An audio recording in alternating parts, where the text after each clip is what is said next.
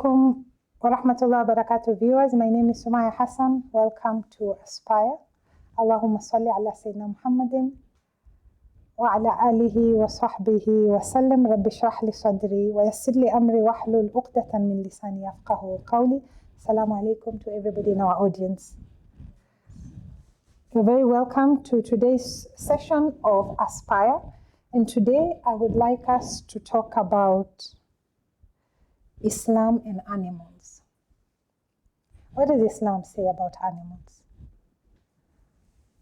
What do we need to do as far as taking care of animals are concerned? What are some of the issues around it, and how can we, as stewards, as khalifas on earth, how should we deal with God's creations? And that is really where I would like us to start, that we are in the position of trust.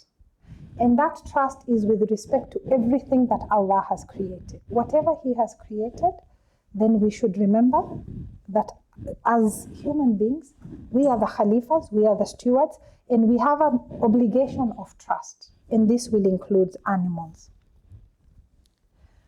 The Quran puts us on notice as human beings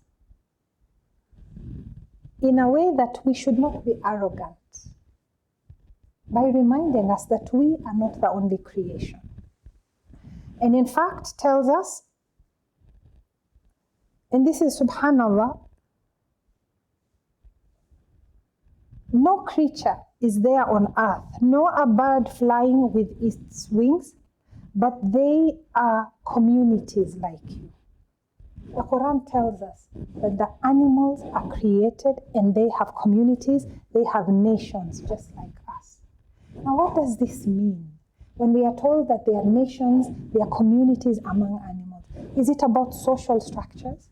Because we know they have social structures. Is it because they are also able to, they give birth, they nurture their young, they die? I mean, when we look at a cat, I don't know if you've observed this, I observed a certain cat during the process after its delivery and how it nurtures its children. It is incredible. If you haven't done that, please spend some time with a cat or with an animal close to you when it has its young. The cat, I think, is one of the ones that perhaps is very particular about how it treats its young. Extremely nurturing, including teaching the little kittens how to run away from danger.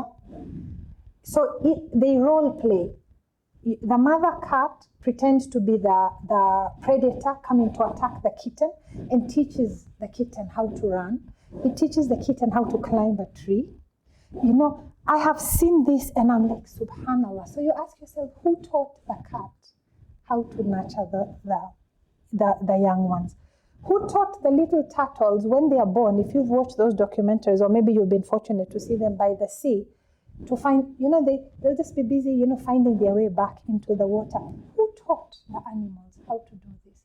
But we know the divine inspiration that has gone into that, isn't it? So Allah has told us specifically that all these creations have communities.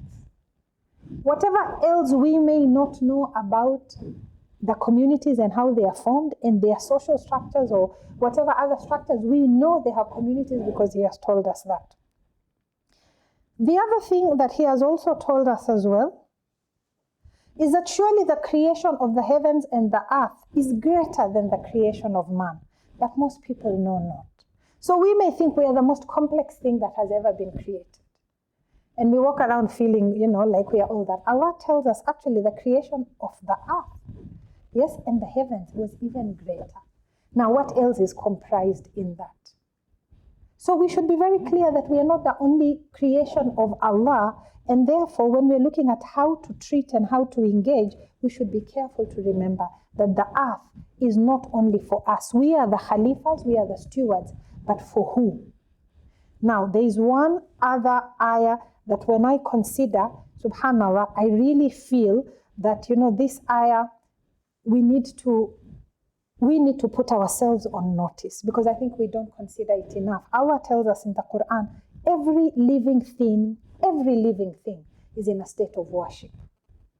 So what does that mean? Every living thing It means, remember we've been told in another ayah that all these creations have communities and nations like you. And then we are told in another ayah, every living thing is in a state of worship. So, even without you going inside to understand the detail of this ayah, when you pass via a group of birds and you just decide to kill them, just because you can, first you've been told that is a community which you have destroyed. Then you have been told every living thing is in a state of worship. So what could you potentially have done to that community? You have destroyed a community. Is it a possibility that you could have destroyed them while they were in worship? However it is that they worship. Do you want to take that risk? So sometimes you find mankind, you'll go around, you'll find a cat, you'll torture it. You see people torturing. Why? Why do you do that? Or you'll find you've passed somewhere, there are ants that are passing, you'll step on them and kill them. Why? We need to be very, very careful about our actions as far as animals are concerned, because we are very clear that we will be asked. In fact, Rasul sallallahu alaihi wasallam specifically told us in a hadith when he was explaining to us about the sparrow. And he said that, let me get that. Okay, before I talk about the sparrow, let me talk about another hadith that we have been explained to about a woman entering hell because of a cat. She tied this cat. She didn't give it food. She didn't set it free to go and look for food. That was enough reason to get this woman into hell.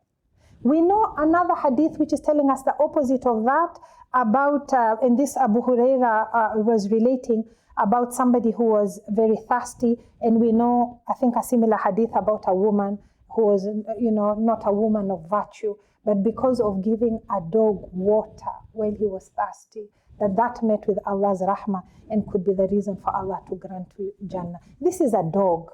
Now we must remember, in Islam, that, because of the fluids and what have you on the dog's nose, the dog has a lot of najis around it. And even then, we haven't been told to mistreat the dog just because we regard it as that it has najis. We haven't. That same dog could be the reason for you accessing Jannah, depending on how you treat it. And you could be a person of doing all sorts of virtuous acts, but because you have tortured a cat, that ends up landing you in a very difficult place. Rasulullah told us, whoever kills a sparrow or anything bigger than that without a just cause, Allah will hold him accountable on the day of judgment. And so the listeners asked him, Ya Rasulullah, what is a just cause? And he said that he will kill it to eat, not just to chop off its head and then throw it away. Are you killing this animal because it is food you're getting from it, or you're killing it because you can? So you've killed it, you've chopped off its head, you've thrown it away, you felt very powerful. You actually feel satisfied about that? Rasulullah warns us. And remember, he's talking about a sparrow, which is a very small little bird. You will be held accountable on the day of judgment. So when we are talking about animals in Islam, there are certain things that we need to be very, very careful of. Number one, where I started reminding ourselves that as stewards and khalifas on this earth, that relationship of trust, we will be asked. How did we behave on this earth that came and impacted other creatures on this earth? Was that an animal's habitat? Was it a watering source for that animal? Was it food for that animal that we came and destroyed without thinking about it? We are required to treat animals with dignity. That is one of the things that Islam requires of us. The other thing is to be kind to animals and to actually enhance their status. So Rasul, in the Quran, let me start with that. There is an entire surah talking about the bee. It actually talks about the bee and the different produce that we get from the bee and the different places that the bee will set up its home. An entire surah in the Quran dedicated to talking about the bee or named after the bee. And then we are told that we are not supposed to disrupt honeycombs or knock down live hives. just because you can, you go and knock it down. This is part of our stewardship. We are not supposed to do that. Instead of which, we should be the people looking at what plants attract bees and planting those around so that it actually attracts the bees to come and populate those hives. We have a whole surah in the Quran named after the bee. And we are told, as Muslims, as stewards, to be very careful with how we deal with live hives. We are not supposed to knock them down. We are not supposed to be disrupting. Instead of which, what really would be enhancing the environment for these bees would be to consider what type of plants could we plant around the hives that would encourage the bees, that would attract the bees as far as nectar is concerned, that would then help them to populate the hives. Looking at the dignity of the animals and treating animals kindly in Islam, even during slaughter, we have been given guidelines. Among the guidelines when we are slaughtering animals, Islam tells us, don't let the animal see the knife because it will distress the animal. So if you're coming to slaughter an animal and you're there holding a big knife coming all along, the animal is already in distress even before you reach there. Islam is completely against that. Islam is also against you slaughtering an animal and other animals are right there watching this because it distresses them. And at the same time, we are told when you are going to slaughter an animal, make sure that the knife is very sharp. Why? Because you don't want to prolong the agony for the animal, and you're cutting and and it's not getting cut and it's struggling and you don't want to do that. It should be clean and quick. You should not put the animal in a position of suffering, even when you're slaughtering, and we have been allowed to slaughter to benefit from what the animal has, but even then you must do it with kindness. This is the command of Islam. So again, if we are talking about some of the projects we should be running as communities, within our local groupings, within the mosques, within the madrasas, could we run projects of taking care of endangered animals, for instance? And post that on the mosque bulletin. There is this particular animal, it is endangered. The Nairobi National Park is not far from us. Can we take that up as a project? And then we are posting updates. How is the status? We were all reading about the rhino, and I think it was the only one that was left. Was it earlier this year that it died? And everybody was focused on what's happening with it and what are the challenges and what have you. So where are the Muslims as far as taking care of endangered animals are concerned? Yes? And or even those that are not endangered, but whose environment has been affected and they need certain help. So for instance, one of the challenges we've been having at the coast is overfishing. By the big trawlers coming from outside the country, they take even the baby fish away, so they don't get time to grow and reproduce. Are we taking that up as an issue of the Ummah? Yes, the local fishermen and local community have taken that issue up, but where is the Ummah behind this as an issue of environmental protection? Environmental conservation is actually not only a social obligation in Islam, it is actually a religious duty. We are stewards on this earth, and as stewards, it is of the earth and everything in it. So our actions that may end up negatively affecting others of Allah's creation, we should have no doubt that we will be called to question for that. As we wind up this session of the show, I want to remind us of one beautiful illustration of dignity and kindness to animals in Islam. The Prophet ﷺ loved cats. And he had a cat, and this is a well-known story regarding this particular cat. The cat was asleep one day on one of the garments of the Prophet ﷺ, and the Prophet wanted to actually wear that gown and go for prayers, but the cat was asleep. Now remember, he wanted to go for prayers. So you and I may have just pulled the robe and worn it, isn't it? After all, the cat can go and sleep elsewhere. He Rasul did not want to disturb the cat because the cat is asleep. So what did he do? He cut the robe and left the bit where the cat was sleeping intact. Let the cat continue to sleep. And he wore this robe with the cat, with the area that had been cut out. He preferred to do that than to disturb a cat in its sleep. That is Islam.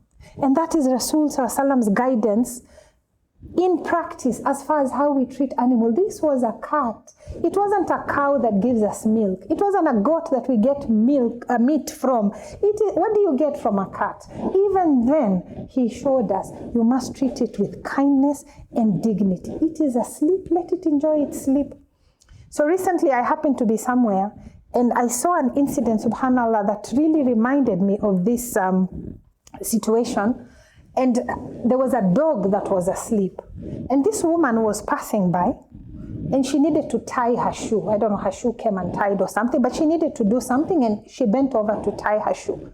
For whatever reason, and I think it's because probably she didn't apply her mind to it, she decided to stop and tie her shoe right next to the dog. So she bent, she tied her shoe. What did that do? It completely disturbed the dog. So the dog woke up, it looked around, and then it got up and walked away and, went somewhere. So I asked myself, of all the places, it was a long corridor.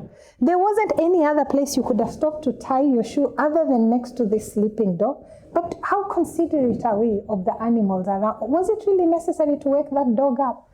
From what Rasul Sallam has shown us, he would rather cut his robe than wake up that sleeping cat. Viewers, at this point, we will take a break. And when we come back, inshallah, we will take questions from the audience on the issue of animals in Islam. And any of your questions and comments, please do send them to us through any of the social media handles that are streaming at the bottom of your screen. So, welcome back to Aspire. At this point, we will take questions from the audience. And please do send us your questions or comments through any of our social media handles streaming at the bottom of your screen. Bismillah. Who will start us off with questions? Assalamu alaikum wa rahmatullahi wa barakatuh. Alaikum salam wa rahmatullahi wa barakatuh. My name is Abdul Karim Murunga and I have one question. My question is, what about these animals that are pests or parasites, like bedbugs, rats? So is killing them lawful or not? Thank you. Assalamu alaikum warahmatullahi wabarakatuh. Alaikum salam. I am Bilal, and my question is this. There are several incentives for promotion of conservation of biological diversity, which includes our topic today and the first topic. Yet these incentives have not been operationalized. Like the incentives for paying people for planting certain kind of trees that promote, that attract rain, that consume carbon dioxide, but most of them are not operationalized. So what is the community doing to push the agenda so that these incentives they do work for the benefit of the society? Okay. Any other questions? Assalamu alaikum wa rahmatullahi wa barakatuh. Alaikum salam wa rahmatullahi wa barakatuh. My name is Hussein and I've got one question. There are animals that are being used as pets, and one of them being cat. And as you have said, our Prophet used to love a cat. We used to love cats. But then, in where we live, there are two types of cats. There are the loving cats and the wild cats.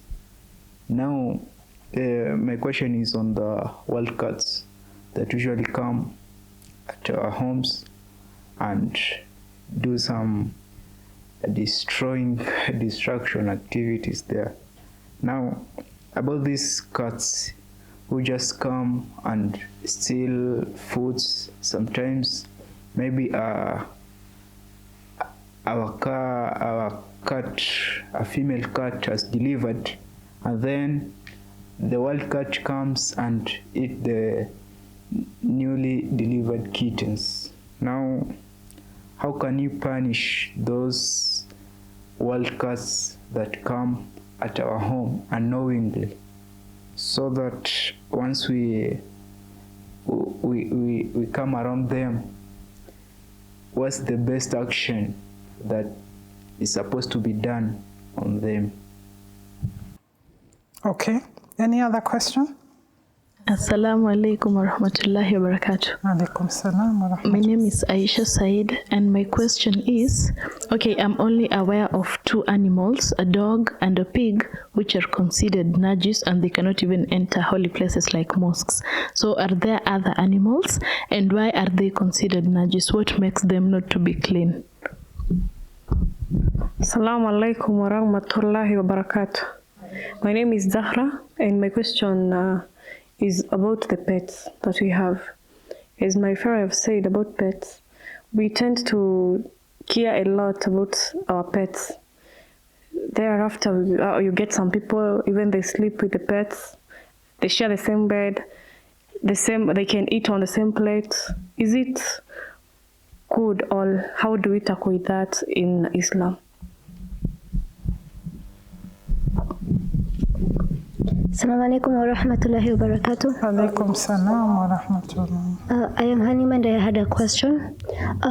What if an animal is harmful to you, for example, a lion or a snake? What shall we deal with them? How can we deal with them in that case? Any other question? Yes? No, my second question is about the domestication of a dog. Now, is it allowed to domesticate a dog in Islam? Okay, so there's a question around animals that are harmful. I think that combines the question about pests like bed bugs and animals that are harmful. There are 2 issues here that we should remind ourselves. Bismillah ar-Rahman ar-Rahim. Number 1, that the general guidance on how we should treat animals is that we treat them in a goodly way. That is a general guidance. The other one, which is a general guidance, is with respect to removing harm and not putting ourselves in harm's way. So one is specifically to animals, one is generally. If therefore you can deal with that pest or that wild animal in a goodly way, then do it. If on the other hand, there is no other way because that animal or that pest is putting you in harm's way or putting somebody in harm's way, then you need to deal with it in a manner that removes that harm. So as you go down that the different options of how to remove it, you will look at your different situation. Can you just remove it from the scene? Do you need to destroy maybe a certain thing that was attracting it there? Maybe there was food there that is attracting this particular animal or pest coming there, or is it that itself it has built there, and so the idea is to the extent that you can't treat it in a goodly way. If, however, it is posing harm to you or others, then what you are supposed to do is remove that harm and go down your different options to look at which is the better way of removing that harm. So don't go to the most extreme if there was a better way of dealing with it, for instance. Yes, you may want to do that first before. If there is a lion, and sometimes we read, you'll see on social media, oh, a lion has been spotted around. If a lion attacks you or attacks another human being, obviously, that can even be fatal. But should your immediate response be, maybe you have a gun or a knife that you killed a lion, should that be the immediate response? You look at the situation. If you are in a situation where the harm was not imminent and you are in a position to call the authorities who deal with the wild animals, then call them to come and remove the lion in a manner that is safe for the people and safe for the lion. But if you're in a situation where you can see the harm is imminent, do you really have time to make phone calls? And you may not. So the idea is to seek that balance of, if it is possible to treat them in a goodly way, that is the general injunction. But if it is harmful, then deal with the harm. But deal with the issue of removing the harm in the manner that is best in that particular circumstance without you going to the extreme. Okay. Bilal, there are many incentives to encourage biological diversity, but how can we Muslims help to push this agenda? In a lot of things, particularly things that may not have received widespread acceptance yet or widespread traction, I would say the first thing is really sensitization. Sometimes people don't even know. And I really encourage on anything that we are trying to enhance or to get people on board on, the first step, let us build awareness. Let people know there is this issue, we can deal with it in this way. You can actually be paid for this. This is the benefit. Spiritually, it is like this. In this, let us first create the awareness. Number one. Number two, how can we be part of the means of delivering that reward so that it is actualized for people?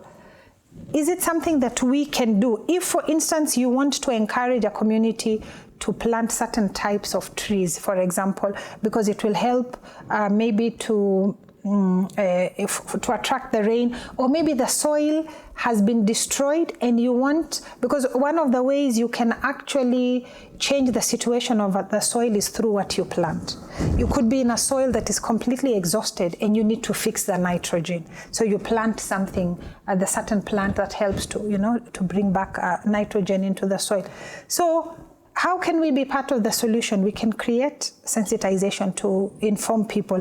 We can reach out to organizations that we know support this type of thing to come and help fund that project to take place. We can be the people funding that. Remember we said even the tree planting, you can actually do it very affordably. Or we can create a reward system and decide, I will look at the schools, maybe starting in my home area, maybe my old school, and encourage them. Anybody who plants, for every 100 trees that you plant, I will give you something. And get a little competition going that, it may not be something very expensive to you, but you're actually appreciating and recognizing that either through their wildlife clubs, through their forestry or, agriculture clubs, whatever they may have, or wildlife, if it's as far as wildlife is concerned, and you can start a little competition going, even at our own individual levels. So balancing between creating awareness, engaging with organizations that are actually doing this, and you actually being part of driving that agenda through offering some sort of reward or another. The other thing, if we know of a value addition that can come out from a certain tree, for instance, being able to explain that to people is something else that encourages people to get into that line. There was a time people didn't know, the other benefits of moringa or mkilifi or these other things. And when people realize, this, you can actually do this, you can do that, you can do the other, there is also that encouragement that this tree, in addition to the environmental benefits, also has economic benefits, also has social benefits. So this is one of the ways that we can also help encourage this. Hussein mentioned that there are animals that can either be pets or they can be wild, like cats. And that is true. And they can actually be quite harmful in many ways. They can bring diseases because they are out there picking up all sorts of things, or they can come and scratch you and, bring all sorts of other infections. And again, just like what we discussed earlier, the idea here is, to the extent that we can treat them in a goodly way, we start there. But where there's a harm that we see may come from them, then we need to keep that harm away. If it is a wild cat that we can actually, we don't need to kill it, but we can chase it away. we can remove whatever it is that is attracting them there so that they are not coming into the home, then let us do that to prevent them bringing diseases in or coming maybe and creating another situation there. To the extent that they have come and they have gone into your garden and they've had kittens there, at that immediate point, maybe during that particular time, they may not be able to move yet because the kittens are too young. But as soon as you think it is safe for them to move, then encourage them to move away so that the mother can go and build a home for those kittens elsewhere, but perhaps not in an environment which may create harm to you and your family. And many times you will find with the animals, you know, they will respond. Once they've seen that they are not welcome in a particular place, after a while, actually, they will move on to somewhere else. But what we don't want to do is immediately go to the extreme of seeking to harm them, whereas what we really want to do is remove the harm that they may bring. So what we want is separation other than the harm itself. So with respect to the issue of najis, there is the najis that is on the animal itself, and there is the najis from what the animal produces. And the topic is wide, but for example, we know that as far as the dog is concerned, the area of concern, you know, is the moisture coming out from around its nose. But we then need to be very careful in dealing with the dog, because if this dog gets into a puddle of water and comes and shakes itself, and the water then lands on you, then now even that water, which perhaps before the dog went in may not have been problematic, now becomes problematic. We may have a cat, for instance, which by itself, a cat is not najis by itself, but it comes there and relieves itself. Now that, whatever it has relieved itself, becomes najis. So it's a wide topic, but the issue is that we need to be careful to not create a situation where the environment around us, the clothes that we are wearing now become najis, and we are not able to fulfill our religious obligations because of some of the animals then that we have brought around us. Hussein has asked, can we domesticate a dog? So linking that with the conversation that we've just had about najis, the dog, for security purposes, can be a very effective animal for that purpose in terms of if the dog is trained. Yes, and it needs to be trained, because you can even train a dog to perform certain tasks. Perhaps you are physically, maybe you're blind, and this is a guide dog, or it is a dog because you're physically disabled that helps you do one or two things around, but that dog is trained. However, as far as a dog that you just want as a pet to have inside your house, that is not encouraged, because now you're bringing yourself into the issue of constant najis. The nose is almost always moist. You bring yourself into a very difficult space as far as najis is concerned, having that animal in the house, because at any one point there'll be something that the dog is touching or sniffing, and that is where the najis comes in. And linking that with what Aisha asked, that there are people who sleep with the animal, or there are people who want to eat, together with the animal. If the animal, like what we are saying, is a dog, for instance, then you're just surrounding yourself with najis. If the animal is a cat, other than these cats that, if we look at the guidance that we are given, you can see this cat has come from a dump site and is actually dirty, and it has come with dirt. That is a different case. But cats generally are regarded as being clean, and they are always cleaning themselves. If you look at a cat, it's constantly cleaning itself. And the average cat, even when it relieves itself, if it has the space and you see it out in the garden, it will dig. And then it will relieve itself, and then it will cover. And then after that, it will, they're always cleaning themselves. So cats generally, other than if you can actually see that it has come from a dirty environment, are regarded as clean. And actually, if you go through the hadith, you will see examples being given, and I think Sayyidatna Aisha radiallahu anha even talking about this, that a cat, eating from a certain place, you can actually eat from the same place. But that is a cat that is generally clean, not these cats that have come from outside and you can see it has all sorts of things, because that will probably be bringing, vermins and other pests with it. Okay. We may have perhaps time for one last question, if there is one, before we wind up this segment of the show.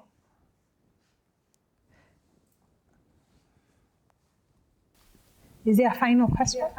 Oh. No. It's like I'm still hanging on the answer I've given to my question about the wildcats still. Now, if the wildcat just comes anyhow, it comes anytime. So what can we do about it? Because we don't know what it targets. It just comes, picks what it's always around it. Now, and also for the issue of the kittens that have been newly delivered, for the female cats, they always hide their kittens whenever they deliver them. You can't see them easily. You just come to realize that the cat has delivered. Now, you said in order to protect the kittens from being eaten by the wildcat, you just encourage them to move. Sometimes, the kittens, they're always hidden in the ceilings, up in the roofs. Now, in such like cases, how do we encourage them, or how do we protect them? Should we just do away with the wildcat, or what do we do? Okay. So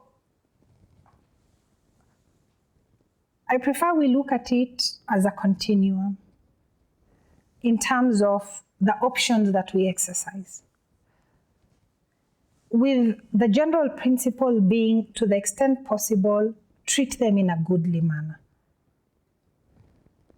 However, where they are putting us in harm's way, or they are bringing harm to us or to other people, in the environment, then we need to remove the harm.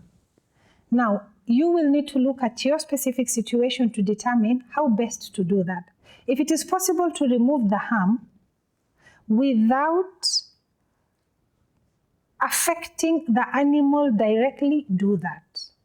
If, however, it is not possible, we have instances where you actually may need to kill that particular animal because it is a wild animal and it is actually causing harm or putting others actively in harm's way. My point is, you don't start with that. So it shouldn't be automatic that because it is here, I will kill it. No. Is there something else you can do first to remove the harm that it is bringing and to make it go away? If, however, you have seen that that is not possible and the only option that you have is to kill it, even then, and going back to what we discussed earlier, even when you're slaughtering an animal that you're allowed to slaughter, you seek to be kind and to do it in a manner that is as kind as possible to the animal. You see? So rather than get a method that becomes very, very cruel on the animal, what would be the gentler way of doing this? Still looking at the spirit of dealing in a goodly way. So I'm not suggesting that you live with the harm that you can see is imminent on you, on your family, or in the environment, instead of dealing with this animal, no. But I'm saying take it as a continuum, with your first thing being, how can I remove the harm? And seek to do that in a manner that is as kind as possible. If, however, there is no other option but to physically terminate, then that is what you would do in that particular situation. But even then, seek to be kind as you do that. Okay. Finally, I'd just like to end this session with one thing, reminding us, Rasul Sallam told us, and in the Quran, Allah tells us, actually let me focus on the ayah in the Quran, that even the animals are a sign. Allah tells us, He always tells us, look around you for the signs of Allah. If you look at the Quran, Allah specifically draws our attention to the camel. Have they not looked at the camel and how we have created it? Have they not looked at the birds in the sky? You know, as they open their wings and close them, you know, Allah deliberately draws our attention to animals as a sign of His majesty. Therefore, let us be very careful to interfere with something that Allah has deliberately drawn our attention to as a sign. Let us be careful to not be careless in just destroying this because we think we have the might and we can destroy this animal and we are not thinking about it. We've talked about situations where this is imminent harm to you and you have no other choice but to deal. Now that is a different concept, but we're talking about overall as a general principle that we should remind ourselves that the animals are one of the signs Allah has drawn our attention to in the Quran as one of His signs. And therefore, as we treat them, let us be careful that as stewards, how can we, regarding them as one of the creations of Allah, provide an environment that we treat them with dignity and with kindness, regardless of the situation. Regardless of the situation. And that means even during slaughter, you're still treating that animal with dignity and with kindness. Even if it is a pet, you're treating that pet with dignity and with kindness. At this point, viewers, we have come to the end of this show, and inshallah, I look forward to you joining us in another session of Aspire. Assalamu alaikum wa rahmatullahi wa barakatuh.